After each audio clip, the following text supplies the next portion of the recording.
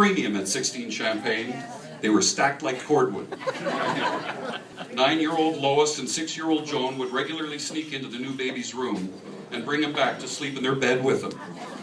By any measure, there was sufficient attention paid to the youngest Riopelle. By the age of 5, Paddy's active imagination would combine with his budding entrepreneurial bent as he would assume the role of milkman throughout the house.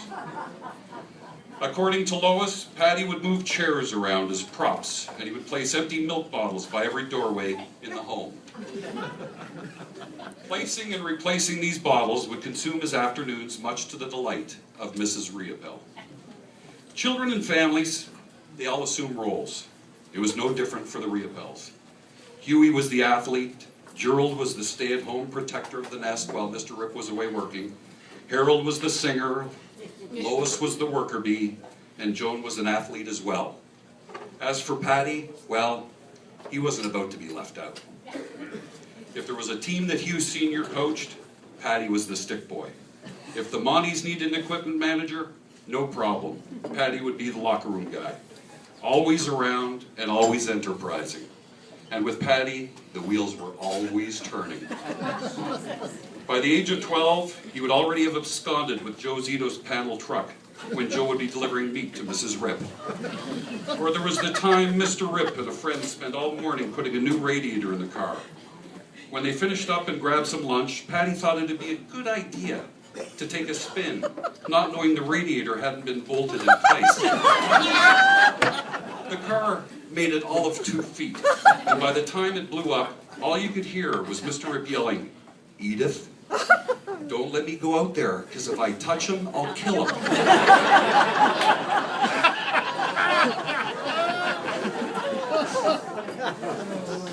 By the time he was an adult, he was in full swing.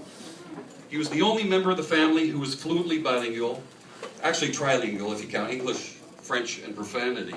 And if it meant eating or not eating, his Italian was passable for a meal or two. His brother Huey once quipped, "This guy's amazing. He can do anything. He should have been chairman of the House Ways and Means Committee. He was always looking for ways and always looking for means." Paddy would do anything, as most of you know, to turn a buck. He sold booze. He plowed snow. He opened and closed a restaurant. And of course, he was a bailiff. When it came to helping others, hey, if you needed a job, call Paddy.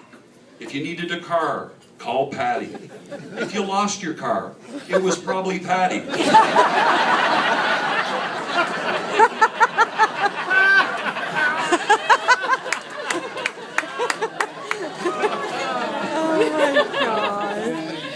He used to say with great pride that he was responsible more than anyone else for putting more people in Ottawa back on their feet. Oh, I know. If your cousin was applying for work somewhere, no problem. Paddy probably knew the hiring manager. He knew anybody and he knew everybody. And as good as his good friend Phil Coates would say, it didn't matter if you were a judge or you were a rounder from the 50s. You could talk to anyone. That easygoing never met, absolutely. That easygoing never met a stranger nature also had its limits. Paddy was known, from time to time, to have a short fuse. Just ask the gentleman from the Indian subcontinent who cut him in line at the Bank of Montreal on Merivale Road. Or the gentleman who unceremoniously stole his parking space at Canadian Tire on Baseline. Paddy would be more inclined to act first and ask questions later. It was like the time Hugh Sr. got into a scuffle with an ex-con he had hired up at the Monaghan Club. This fellow was down on his luck a little bit, and being the kind of person Mr. Rip was, he hired the guy to tend bar and make a couple of dollars. That benevolence was rewarded with a betrayal. And when Mr. Rip confronted the guy, well, let's just say the Ottawa police arrived soon thereafter. When Mrs. Riopelle called Huey Jr. and said, "Huey, get up to the club. Dad's in trouble." Ever the diplomat, Huey replied, "Mother, why don't you call Gerald? Why don't you call Paddy?" She replied in pretty blunt fashion, "Because if I do, they'll turn the place into a parking lot."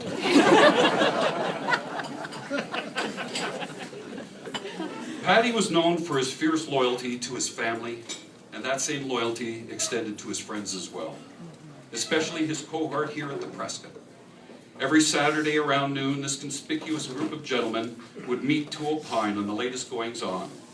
From the senators to local politics, this general bullshit session, as Phil calls it, included guys like Mike and Richard Zito, Ronnie Moyner, Paddy LeClaire, Paul Fraser, John McDonald, and others. The problem is, though, the group's getting smaller. Gone with Uncle Paddy, we've lost Charlie Muldoon, Stan Burke, and Pop Thompson.